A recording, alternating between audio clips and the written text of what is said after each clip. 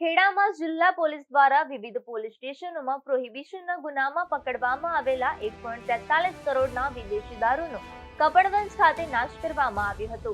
કપડવંજ પ્રાંત અધિકારી તેમજ નશાબંધી અને પોલીસ વિભાગના અધિકારીઓની ઉપસ્થિતિમાં આ વિદેશી દારૂના મુદ્દામાલ પર રોલર ફેરવી દેવાયું હતું.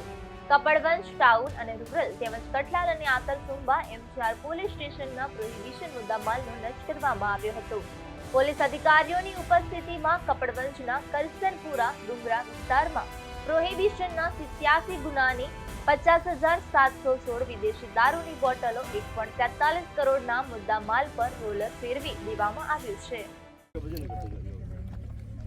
કપડવંજ અને કઠલાલ તાલુકાના 4 police station, Kapadvanj town police station, Kapadvanj rural police station, Atarsumba અને કઠલાલ પોલીસ સ્ટેશનના કુલ 87 ગુનાની બોટલ સંખ્યા કુલ 50,716 અને મુદ્દામાલની કિંમત 1,43,72,230 રૂપિયાનો મુદ્દામાલ પ્રોહી મુદ્દામાલ કોર્ટની મંજૂરી સાથે એસડીએમ સાહેબની હાજરીમાં અને નશાબંધીના અધિકારીઓ તથા પોલીસ અધિકારીની હાજરીમાં આજે નાશ કરવામાં આવેલ છે.